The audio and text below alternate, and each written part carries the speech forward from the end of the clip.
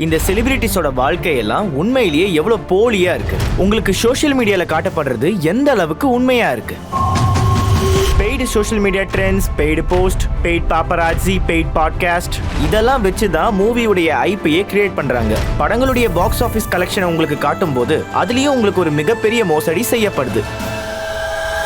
வணக்கம் நண்பர்களே, எப்பயாவது நீங்க நோட்டீஸ் பண்ணிருக்கீங்களா? பாலிவுட் செலிபிரிட்டிஸும் ஆக்டர்ஸும் எப்ப எந்த இடத்துக்கு போனாலும் ஒரு பாப்பராட்சி கூட்டம் தன்னோட கையில கேமராவை எடுத்துக்கிட்டு அவங்க பின்னாடியே போவாங்க. ராத்திரி 11 மணிக்கு செலிபிரிட்டிஸ் ஏர்போர்ட்டுக்கு போனாலும் சரி, இல்ல மதியான நேரத்துல செலிபிரிட்டிஸ் ஜிம்ல ஒர்க் அவுட் முடிச்சுட்டு வெளியே வந்தாலும் சரி, இவங்களை போட்டோ எடுக்கிறதுக்காகவே யாராவது ஒரு பர்சன் வெளியே நின்னுக்கிட்டே இருப்பாங்க. இவங்க ஷாப்பிங் பண்ண மார்க்கெட்டுக்கு போனாலும் சரி, அங்கேயும் சில பாப்பராட்சி இவங்க வர்றதை பார்த்து கையில கேமரா வச்சுக்கிட்டு நின்றுட்டு இருப்பாங்க. இதெல்லாம் விடுங்க, இவங்க கார்ல போகாம ஆட்டோ ரிக்ஷால போகும்போதும் அந்த நியூஸும் ஒரு ஹெட்லைன்ஸா மாறிடும். ரொம்ப விசித்திரமா இருக்கு. நானும் அடிக்கடி டெல்லி மெட்ரோல ஆட்டோ ரிக்ஷால டிராவல் பண்ணிருக்கேன். ஆனா என்ன பத்தி எந்த நியூஸும் வெளியே வந்ததே கிடையாது. அது மட்டும் இல்லாம இது வரைக்கும் என் வாழ்க்கையில பாப்பராட்சியை பார்த்ததே கிடையாது. ஆனா இந்த விஷயம் எனக்கு மட்டும் இல்ல, வேற எந்த ஒரு யூடியூபர்ஸ்க்கும் இந்த மாதிரி நடந்ததை நீங்க கேள்விப்பட்டிருக்க மாட்டீங்க. அதே மாதிரி ரொம்பவே பாப்புலரான சில பாலிவுட் ஆக்டர்ஸும் இருக்காங்க. அவங்களுக்கு இந்த மாதிரி விஷயங்கள் நடக்கவே நடக்காது. என்ன ஒரு கோஇன்சிடென்ஸ்ல. இன்னொரு பக்கம் நமக்கு சுத்தமா தெரியாத சில முகங்கள் திரும்ப திரும்ப நமக்கு பாப்பராட்சி மூலமா காட்டப்படுது. சோஷியல் மீடியாக்கள்ல, பத்திரிகைகள்ல. கிட்டத்தட்ட இந்த முறையில அவங்க தானாவே ஃபேமஸ் ஆயிடுவாங்க. இல்லனா நம்ம இப்படி சொல்லலாம், அவங்க எல்லாரையும் மக்கள் கிட்ட ஃபேமஸ் ஆக்கப்படுறாங்க. இன்னைக்கு வீடியோல நம்ம பார்க்க போறது என்னன்னா ஃப்ரெண்ட்ஸ், செலிபிரிட்டிஸோட இந்த கிளாமரஸ் உலகம் எந்த அளவுக்கு உண்மையானது இல்ல எந்த அளவுக்கு போலியானது.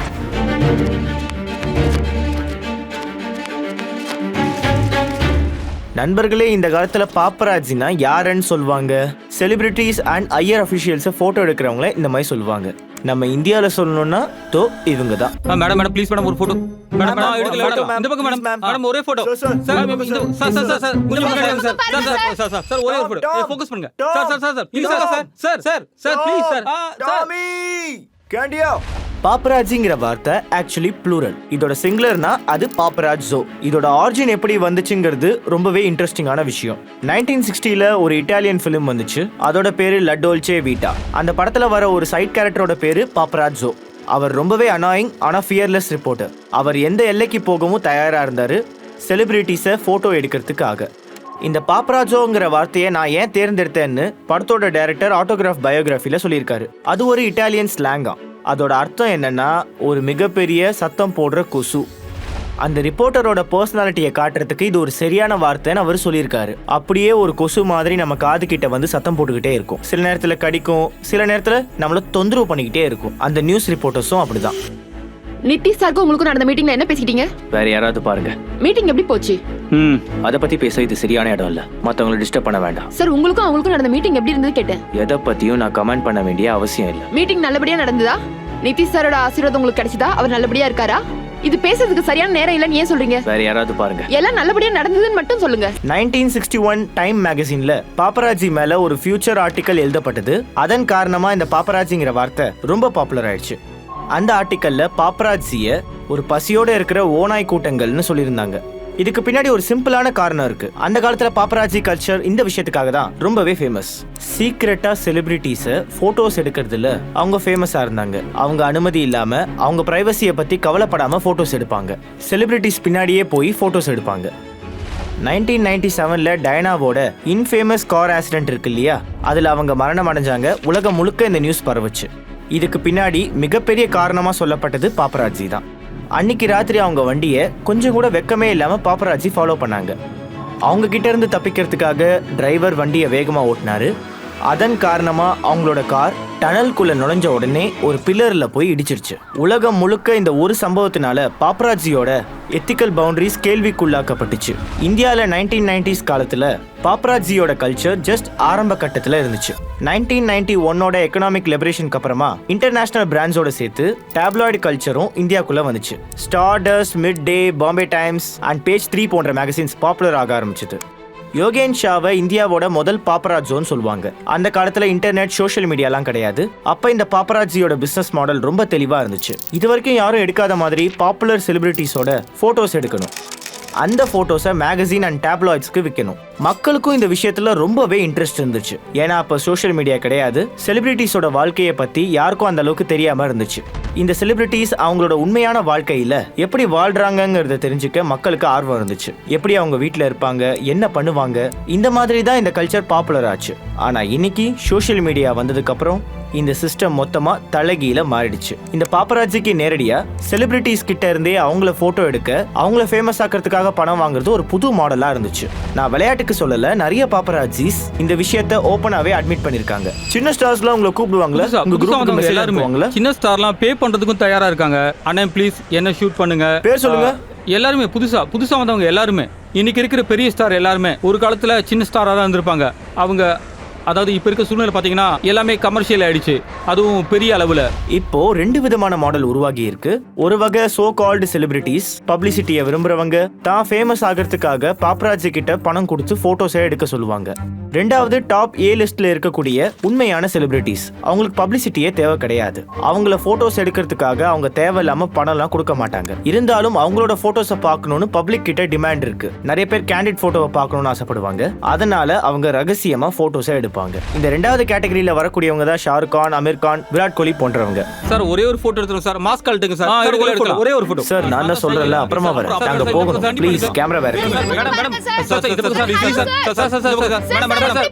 ஒரே ஒரு போட்டோ சார். ஒரு வேலை பண்றீங்களா நீங்க? என்னோட பெட்ரூமுக்கு வந்துறீங்களா? ஆனா இங்க கேள்வி என்னன்னா, இந்த சோஷியல் மீடியா அப்புறம் நியூஸ் பேப்பர்ல வரக்கூடிய செலிபிரிட்டிஸோட போட்டோஸ் எத்தனை உண்மையான போட்டோஸ், எத்தனை பணம் கொடுத்து பப்ளிசிட்டிக்காக வெளியே வந்த போட்டோஸ்? மானவ் மங்களானி தன்னோட இன்டர்வியூல இதை 30-70 ரேஷியோன்னு சொன்னாரு. ஆனா என்ன பொறுத்த வரைக்கும் இந்த ரேஷியோ 90 அப்புறம் 10%ல இருக்கு. இந்த செலிபிரிட்டிஸை பத்தி நீங்க சோஷியல் மீடியால, டிவியில அப்புறம் பத்திரிகைகள்ல வரக்கூடிய 90% போட்டோஸ் பெய்டு ப்ரொமோஷனா தான் இருக்கு, போலியா ஆக்டிங்கா இருக்கு. வெறும் 10% தான் உண்மையானதா இருக்கு. நான் ஏன் இப்படி சொல்றேன்னு நீங்க இந்த வீடியோவை தொடர்ந்து பார்க்கும்போது தான் உங்களுக்கு புரியும். யோசிச்சு பாருங்க, ஒரு செலிபிரிட்டியோட லைஃப்ல பப்ளிக்கா தெரியக்கூடிய எத்தனை விஷயங்கள் பெய்டு ப்ரொமோஷன் பிஆரா இருக்கு, எத்தனை விஷயங்கள் ஆத்தென்டிக்கா இருக்கு. ரெண்டாவது நோட்டீஸ் பண்ணுங்க, எப்பெல்லாம் இந்த செலிபிரிட்டிஸ் பாட்காஸ்ட் இன்டர்வியூவை கொடுக்குறாங்கன்னு பாருங்க. 90% செலிபிரிட்டிஸ் பாட்காஸ்ட்ல எப்போ வருவாங்கன்னு தெரியுமா? அவங்களோட மூவிஸ் ரிலீஸ் ஆகுற டைம்ல தான். ரெகுலரா பாலிவுட் மற்றும் செலிபிரிட்டிஸை பத்தி போஸ்ட் பண்ணக்கூடிய சோஷியல் மீடியா பேஜஸை பத்தி பேசணும்னா அங்க கூட நீங்க கண்டுபிடிக்கிறதுக்கு ரொம்பவே கஷ்டமா தான் இருக்கும். ஆனா அதுல முக்காவாசி போஸ்ட் எப்பவும் பிஆரா தான் இருக்கும், பெய்டு ப்ரொமோஷனா தான் இருக்கும். சில நேரங்கள்ல இதுக்கான தெளிவான ஆதாரங்கள் கிடைக்கும். உதாரணத்துக்கு இந்த இன்ஸ்டன்ட் பாலிவுட் இன்ஸ்டாகிராம் பேஜ்ல 2 இயர்ஸ்க்கு முன்னாடி இந்த போஸ்ட். இது கேப்ஷன்ல என்ன எழுதிருக்கு? Hi, can you please use this picture and mention #Divya Khosla Kumar. This is BTS of a recently released song. Ash song designer. அவங்களுக்கு என்ன கேப்ஷன் எழுத சொல்லி ஆர்டர் வந்துச்சோ அதை அப்படியே காப்பி பேஸ்ட் பண்ணிட்டாங்க தவறுதலா. அப்புறமா இவங்க அந்த போஸ்டை கரெக்ட் பண்ணிட்டாங்க. ஆனா இதை வச்சு நீங்க கண்டுபிடிச்சிடலாம், இந்த மாதிரி நீங்க சோஷியல் மீடியால பார்க்கக்கூடிய நிறைய போஸ்ட், இந்த மாதிரி அக்கௌண்ட்ஸ்ல பார்க்கக்கூடிய போஸ்ட் அதெல்லாம் பிஆரா தான் இருக்கும். எத்தனை வாட்டி நீங்க நோட் பண்ணிருக்கீங்க, பொதுவா Thursdays அண்ட் Fridaysல சினிமா ஹால்ல புது படங்கள் வெளியாகும் போது ட்விட்டர்ல அந்த படத்தோட ஹேஷ்டேக் ட்ரெண்ட் ஆகிட்டு இருக்கும். அந்த ஹேஷ்டேக்கை நீங்க கிளிக் பண்ணீங்கன்னா படத்தை பத்தி பாராட்டி பேசக்கூடிய ட்வீட்ஸை நீங்க நிறைய பார்க்கலாம். உதாரணத்துக்கு நீங்க இந்த ட்வீட்ஸை பாருங்க. ராக்கி ஆர் ராணிக்கு பிரேம் கஹானி படம் ரிலீஸ் ஆனப்போ அந்த மூவிஸை பத்தி நிறைய ரிவ்யூஸ் வந்துச்சு. ட்விட்டர்ல இந்த அக்கௌண்ட்ஸ்ல இருந்தெல்லாம் ட்வீட் பண்ணாங்க. இவங்க அத்தனை பேரும் ஒரே மாதிரியான மொழியை தான் பயன்படுத்தினாங்க, ஒரே மாதிரியான ஃப்ரேசஸ் தான் இவங்க யூஸ் பண்ணிருக்காங்க. அதுக்கு காரணம் என்ன தெரியுமா ஃப்ரெண்ட்ஸ்? இந்த எல்லா ட்வீட்டுமே டோட்டலி ஃபேக், ஒரு பிஆர் கம்பெனி மூலமா ஹேண்டில் பண்ணிருக்காங்க. அதுக்காக இந்த படம் வேஸ்ட் ஃபிளாப்னு அர்த்தம் கிடையாது. நான் பார்த்தப்ப இந்த படம் எனக்கு ஜென்யூனா பிடிச்சிருந்தது. பப்ளிக்கா ட்விட்டர்ல இந்த படத்தை பத்தி பாராட்டவும் செஞ்சிருந்தேன், எதுவும் வாங்காம. ஆனா சோஷியல் மீடியாக்கள்ல இந்த மாதிரி போலி வேலைகள் நிறைய நடக்கும். உதாரணத்தையும் கொடுத்து நான் உங்களுக்கு டீட்டெயிலா சொல்றேன். இந்த ஒரு அக்கௌண்ட்டை கவனிங்க, பேரு சப்னா. இந்த அக்கௌண்ட்டை கிளிக் பண்ணி கீழே அதோட ட்வீட்ஸ் எல்லாம் பாத்தீங்கன்னா இந்த அக்கௌண்ட்ல நிறைய ட்வீட்ஸ் வந்திருக்கிறத நீங்க கவனிக்கலாம். ஜூன் 4ஆம் தேதி இந்த அக்கௌண்ட்ல ட்வீட் பண்ணது #TheNarrative1TOI இருக்கும். டைம்ஸ் ஆஃப் இந்தியாவை ப்ரோமோட் பண்ணிருக்காங்க. ஆனா அதுக்கு கீழே ஜூன் 4ஆம் தேதி ஏபிபி நியூஸை கூட ப்ரோமோட் பண்ணிருக்காங்க. இன்னும் கீழே போனீங்கன்னா #TOI கவுண்டிங் டேன்னு கூட பார்க்கலாம். இன்னும் கீழே போனீங்கன்னா #ResultsWithDecoder இன்னொரு செப்பரேட் பிளாட்ஃபார்மை ப்ரோமோட் பண்ணிருக்காங்க. இன்னும் கொஞ்சம் ஸ்க்ரால் பண்ணுங்க. ஜூன் 1ஆம் தேதியோட இந்த பிஆர் ட்வீட்டை பாருங்க. #Mr. and Mrs. Mahi Review இந்த படத்துக்கு நல்ல ரிவ்யூ கொடுத்திருக்காங்க. அதுக்கு கீழே #IDFC First Bank Best இன்னும் ஸ்க்ரோல் பண்ணிக்கிட்டே போனீங்கன்னா அதில் ஒவ்வொரு 2வது ட்வீட்டும் மூவியோட ப்ரொமோஷனாக இருக்கும் இல்லை கம்பெனியோட ப்ரொமோஷனாக இருக்கும். இந்த பிஆர் அக்கௌண்ட்ஸ் எல்லாம் மோஸ்ட்லி பிஆர் கம்பெனிஸ் மூலமா ஹேண்டில் பண்ணுவாங்க. இந்த ட்வீட்ஸை பார்க்கும்போது யார் வேணா புரிஞ்சுக்கலாம் இந்த ப்ரொமோஷன்ஸ்க்காக பே பண்ணிருக்காங்கிற விஷயத்த. மே 25ஆம் தேதி ஏதோ ஒரே ஒரு அக்கௌண்ட்ல பிஜேபிக்கு ஓட் பண்ண சொல்லியும் ப்ரமோஷன் பண்ணிருக்காங்க. காங்கிரஸ்க்கு ஓட் பண்ணுங்க, கெஜ்ரிவாலுக்கு ஓட் பண்ணுங்கன்னு கூட சொல்லியிருக்காங்க. இந்த ட்வீட்ஸை பாருங்க. #டெல்லி வித் கெஜ்ரிவால். இதுக்கு கீழே இன்னொரு ட்வீட் இருக்கு. நம்ம ஓட்டு பிஜேபிக்கு. இன்னும் கீழே ஸ்க்ரால் பண்ணீங்கன்னா மே 18 வந்த ட்வீட் இது. ரொம்ப சாலிடான பிரியங்கா இன்டர்வியூ. அவங்க அங்க பிரியங்கா காந்தியை பாராட்டியிருக்காங்க. இது எல்லாத்துக்கும் பின்னாடி ஒரு ட்வீட் இருக்கு. டெல்லி மனதில் மோடி, டெல்லி வாசிகள் சப்போர்ட் மோடி. சோ இந்த பிஆர் கம்பெனிஸ் அவங்களோட கான்ட்ராக்ட்ஸ் வெவ்வேறு பொலிட்டிக்கல் பார்ட்டிஸ்க்கும் கொடுக்குறாங்க. அண்ட் ஒரே அக்கௌண்ட்ல இருந்தும் அவங்க வேலையை செய்யறாங்க. இந்த பொலிட்டிக்கல் பார்ட்டிஸ் எல்லாத்துக்கும் நான் சொல்றது ஒண்ணுதான், தயவு செஞ்சு விழிச்சுக்கோங்க. இந்த மாதிரி விஷயத்துல பணத்தை செலவு பண்ணாதீங்க. செலிபிரிட்டிஸ் கிட்ட திரும்ப வரும்போது செலிபிரிட்டிஸை விட அதிகமா வேற ஒருத்தங்க இந்த பிஆர் கம்பெனிஸை யூஸ் பண்றாங்க. அந்த மிஸ்டர் அண்ட் மிஸ்ஸஸ் மாகியோட ரிவ்யூ ட்வீட் இருக்குல்ல, அந்த ட்வீட்டை கிளிக் பண்ணீங்கன்னா அதே மாதிரி நிறைய ட்வீட்ஸ் கிடைக்கும். அதே மாதிரி உங்களால இன்னொரு அக்கௌண்ட்டையும் பார்க்க முடியும். அதோட பேரு நிஷா சைனி 32. முக்காவாசி இவங்க யூஸ் பண்ணக்கூடிய ப்ரொஃபைல் பிக்சர் யாரோ ஒரு பொண்ணோட போட்டோவா தான் இருக்கும். இந்த ட்விட்டர் அக்கௌண்ட்டை நீங்களும் ஸ்க்ரோல் பண்ணி பாருங்க. அதே மாதிரி விஷயங்கள் தான் இருக்கும். ஒன்றுக்கு மேல ஒன்று ப்ரொமோஷனாக தான் இருக்கும். இந்த social media trends, paid posts, paparazzi, paid podcasts இவங்களாம் தான் படத்தோட ஐப்பை கிரியேட் பண்றாங்க. ஆனா விஷயம் இதோட நிக்கிறது இல்ல. இப்போ ஒரு புது ட்ரெண்ட் உருவாகி இருக்கு. அது கார்ப்பரேட் புக்கிங்ஸ் ட்ரெண்ட். கார்ப்பரேட் புக்கிங்ஸ்னா என்னன்னா, அந்த ப்ரொடியூசர்ஸ் அவங்களோட படத்துக்கு அவங்களே புக்கிங் பண்ணிட்டு அதை கம்பெனிஸ் இல்ல கார்ப்பரேட்ஸ்க்கு டிஸ்ட்ரிபியூட் பண்ணிடுவாங்க. Promotional activity, employee engagement, client என்டர்டைன்மெண்ட்னு பேர் கொடுக்குறாங்க. ஆனா உண்மையிலேயே அவங்க என்ன செய்யறாங்க, பேசிக்கலி படத்தோட ஐப்பை கிரியேட் பண்றாங்க. படம் ரிலீஸ் ஆன முதல் 2-3 நாள் அதிகப்படியான டிக்கெட்ஸை நம்மளே வாங்கிடணும். ஹவுஸ்ஃபுல் போடுற மாதிரி தெரியும். நிறைய பேர் இந்த படத்தை பார்க்குற மாதிரி காட்டுவாங்க. ஸோ மக்களும் மோட்டிவேட் ஆகி நம்மளும் இந்த படத்தை பார்க்கணும்னு ஆசைப்படுவாங்க. இந்த ஆர்டிக்கலை பாருங்க. 2023 ரிலீஸ் ஆன ஃபேமிலி என்டர்டைனர் பாலிவுட் திரைப்படம் 20 கோடி ரூபாய் செலவு பண்ணிருக்காங்க கார்ப்பரேட்ஸ் புக்கிங்க்கு. இதை தவிர 2023 கடைசியில ரிலீஸ் ஆன 2 படங்களுக்கு கிட்டத்தட்ட 70 கோடி ரூபாய் செலவு பண்ணிருக்காங்க கார்ப்பரேட் புக்கிங்க்கு. இதுல என்ன எழுதிருக்குன்னு பாருங்க. புக் மை ஷோல இந்த படத்தோட ஷோ ஹவுஸ்ஃபுல்னு காட்டியிருக்கு. ஆனா தியேட்டருக்குள்ள ஆட்கள் யாருமே கிடையாது. இங்க கேள்வி என்ன வருதுன்னா, படங்களுக்கு இந்த மாதிரி கார்ப்பரேட்ஸ் புக்கிங்ஸ் பண்ணிட்டு இருந்தாங்கன்னா உங்க கண்ணுக்கு அவங்க காட்டக்கூடிய அந்த பாக்ஸ் ஆஃபீஸ் கலெக்ஷன், நீங்க படத்தோட பாக்ஸ் ஆஃபீஸ் நம்பர் பாக்குறீங்கல்ல, அது எந்த அளவுக்கு உண்மை? இந்த பெய்டு ஐப்பு இல்லாம இந்த படத்தோட உண்மையான பெர்ஃபார்மன்ஸ் என்னவா இருக்கும்? நியூஸ் 24ஓட இந்த ஆர்டிக்கல்ல இந்த விஷயத்தை டீட்டெயிலா பேசியிருக்காங்க. ஒன்னு செல்ஃப் புக்கிங்ஸ். இண்டிவிஜுவல்ஸ் அவங்களோட பர்சனல் பணத்தை செலவு பண்றாங்க அவங்க படத்தோட பாக்ஸ் ஆஃபீஸை அதிகப்படுத்துறதுக்காக. ஆனா கார்ப்பரேட் புக்கிங்ஸ்ல ஒரு பிலிம் ஸ்டார் 4-5 பிரான்ச்சோட வேலை செய்வாங்க. டிக்கெட்ஸை வாங்க சொல்லி அவங்க கம்பெனிஸ் கிட்ட இவங்க ரிக்வெஸ்ட் பண்ணுவாங்க. அந்த டிக்கெட்ஸை அவங்களோட எம்ப்ளாயிஸ்க்கு கொடுத்து பாக்ஸ் ஆஃபீஸ் நம்பரை அதிகமாக காட்டுற மாதிரி பண்ணுவாங்க. ஸோ படத்தோட ஐப்பு ஃபேக்கு, செலிபிரிட்டியோட ஐப்பு ஃபேக்கு, படத்தோட பாக்ஸ் ஆஃபீஸ் நம்பரும் ஃபேக்கு. கடைசியில படத்துக்காக அவார்ட்ஸ் கொடுக்குறாங்க இல்லையா, அது கூட சில நேரத்தில் ஃபேக்கு தான். ஷாருக் கானோட இந்த பழைய கிளிப்பை பாருங்க. ஒரு மனிதனுக்கு வாண்ட் வரும்போது அவனோட டிசையர், ஒரு விஷயம் வேணும்னு ஆசைப்படும் போது அவன் ரொம்ப கீழ்த்தரமா போயிடுவான். எனக்கு இது வேணும், எனக்கு இதுவும் வேணும், எனக்கு அது வேணும், கார் வேணும், பைக் வேணும், எல்லாமே கேட்பான். அந்த மாதிரி எனக்கு அவார்ட்ஸ்னா ரொம்ப ஆசை. ஸோ ஒரு பெஸ்ட் ஆக்டர் அவார்டை வாங்கணுங்கிற ஆசை எனக்கு எப்பவுமே. ஸோ எடிட்டர் கிட்ட போனேன். சார் நான் ரொம்ப கேவலமான ஆளுன்னு சொன்னேன். எனக்கு இந்த அவார்ட் கண்டிப்பா வேணும்னு சொன்னேன். அதுக்காக நான் எவ்வளவு வேணா பணம் தரேன்னு சொன்னேன். ஒரு பெஸ்ட் ஆக்டர் அவார்ட் வேணுங்கிறதுக்காக ஒரு அவார்ட் ஷோவோட எடிட்டருக்கு ஒரு தடவை லஞ்சம் கொடுக்க முயற்சி பண்ணதை பத்தி அவர் சொல்லியிருக்காரு. சார் இந்த அவார்டு கொடுத்துருங்கன்னு அவர்கிட்ட சொன்னேன். அவர் இந்த மாதிரி எல்லாம் அவார்டை கொடுக்க மாட்டோம், நீங்க நல்லா நடிச்சிருந்தா பப்ளிக் அவங்களோட டிக் மார்க்க போட்டு அனுப்புவாங்க, சோ தென் அவங்க செலக்ட் பண்ணாதான் கிடைக்கும்னு சொன்னாரு.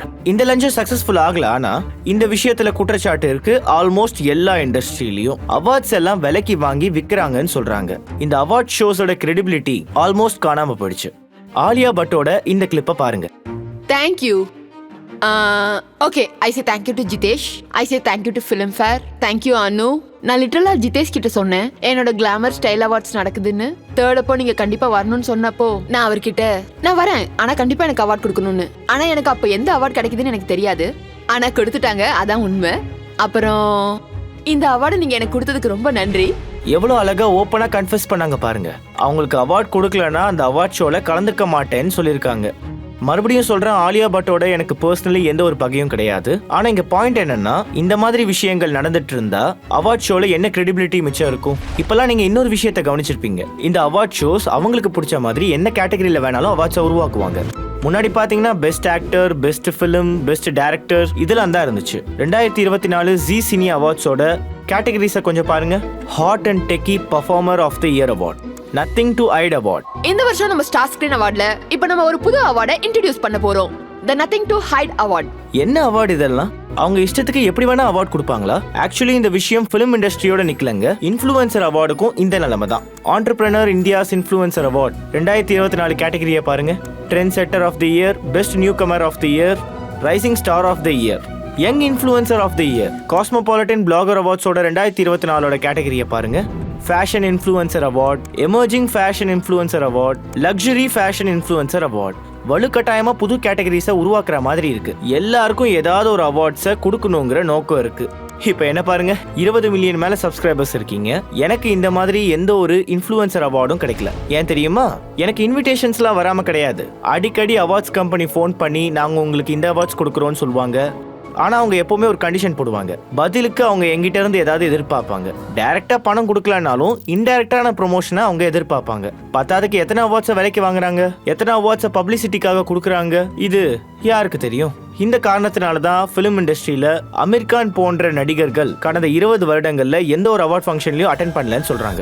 சரி நண்பர்களே, நம்ம பாப்பராஜி டாபிக்கு திரும்ப வரலாம். அதிகப்படியான பாலிவுட் செலிபிரிட்டிஸ் மற்றும் ஆக்டர்ஸ் அவங்களோட பிரைவசியை ரொம்ப சுலபமா சரி பண்ண முடியும், அவங்களுக்கு விருப்பம் இருந்தா. அந்த காரணத்தினால தான் சில செலிபிரிட்டிஸோட பாப்பராஜி போட்டோவை நீங்க எங்கேயுமே பார்க்க முடியாது. ஆனா இன்னொரு பக்கம் சில செலிபிரிட்டிஸ் இருக்காங்க, அவங்கள பாப்பராஜி போட்டோஸ் ஒவ்வொரு நாளும் அவங்கள சோஷியல் மீடியால, நியூஸ் பேப்பர்ஸ்ல அண்ட் டிவில ஈஸியா பார்க்கறதுக்கு கிடைக்கும். ஹாலிவுட்ல இதுக்கான சரியான எக்ஸாம்பிள் கிம் கர்டாஷியன். அவங்கள பத்தி எந்த அளவுக்கு சொல்றாங்கன்னா, பாப்பராஜி அவங்கள எடுக்கக்கூடிய போட்டோஸை பப்ளிஷ் பண்றதுக்கு முன்னாடி அவங்களே அதை எடிட் பண்ணி தான் திரும்ப கொடுப்பாங்களாம். இந்த ஆர்டிக்கலை கொஞ்சம் பாருங்க. மக்கள் கிம் கார்டாஷியனை அக்யூஸ் பண்றாங்க, ஏன்னா அவங்களோட லேட்டஸ்ட் பாப்பராஜி போட்டோஸ் உண்மையிலேயே எடிட் செய்யப்பட்டது. இல்லனா அவங்களோட சிஸ்டர் கைலி ஜென்னர் கோவிட் லாக்டவுனுக்கு அப்புறம் ஆக்சுவலாவே அவங்களோட கேண்டிட் போட்டோஸ் வைரல் ஆச்சு. ஆனா இந்த மாதிரி அவங்களோட உண்மையான போட்டோஸ் வெளியே வர அவங்களுக்கு பிடிக்கல. அதனால அதுக்கப்புறம் அவங்க என்ன பண்ணாங்கன்னா, ஃபேக் கேண்டிட் பாப்பராஜி போட்டோஸை ஷூட் பண்ணாங்க.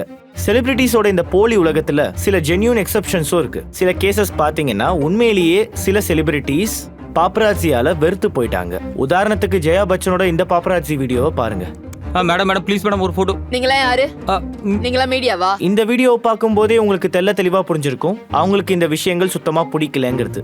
ஆலியா பட்டுக்கு ஒரு சம்பவம் நடந்துச்சு. அதாவது அங்க சில பாப்பராஜி அவங்க வீட்டுக்குள்ளேயே போட்டோ ஷூட் பண்ணாங்கன்னு. இப்படி பல கேசஸ் இருக்கு. அங்க செலிபிரிட்டிஸோட பிரைவசியை கொஞ்சம் கூட மதிக்காம அலட்சியப்படுத்தியிருக்காங்க.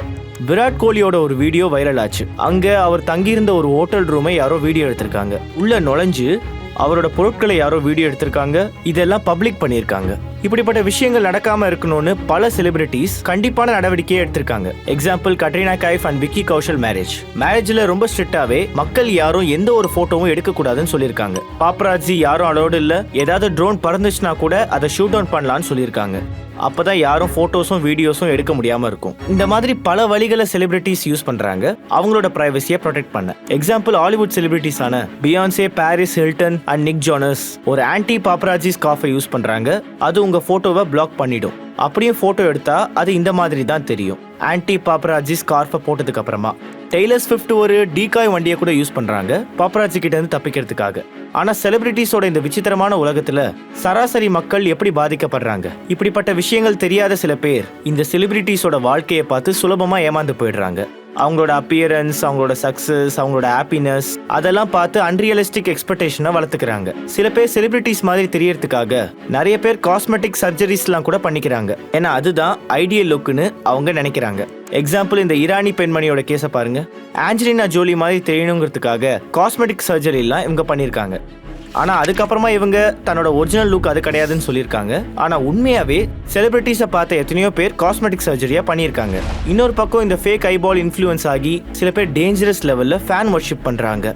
எக்ஸாம்பிள் கன்னடா ஆக்டருடைய யஷோட ஃபேன் அவர் தன்னை தீ வச்சு கொளுத்திக்கிட்டாரு. ரீசன் தன்னோட பிறந்தநாள் அப்போ அந்த ஆக்டரை சந்திக்க முடியலையாம். இப்படி ஃபேக் கிளாமரஸ் ஐப்போடைய பாதிப்பு ஃபிலிம் இண்டஸ்ட்ரியும் தாக்க ஆரம்பிச்சாச்சு. ஜென்யூனான ஆக்டர்ஸ் ஜென்யூன் ஃபிலிமை ப்ரொமோட் பண்ணலன்னா கொஞ்சம் கொஞ்சமா மக்களுக்கு இந்த இண்டஸ்ட்ரி மேல உள்ள இன்ட்ரெஸ்டே சுத்தமா போயிடும். ஒரு வாட்டி 2 வாட்டி இந்த மாதிரி ஃபேக் ஐப்பால இன்ஃப்ளூயன்ஸ் ஆகி அவங்க சினிமா பார்க்க போகலாம்.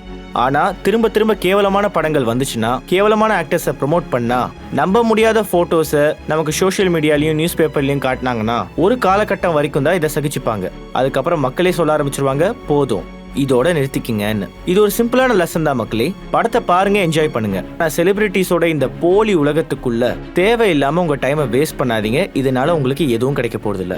அதுலயும் முக்கியமா பிக் பாஸ் மாதிரியான கேவலமான ஷோஸ்ல உங்க டைமை வேஸ்ட் பண்ணாதீங்க. இந்த மாதிரி ரியாலிட்டி ஷோஸ் கெடுதல்னு நான் ஏன் சொல்றேன்னு இந்த வீடியோல நான் டீட்டெயிலா எக்ஸ்பிளைன் பண்ணியிருக்கேன். அதை கிளிக் பண்ணி பாருங்க. உங்களுக்கு மிக்க நன்றி.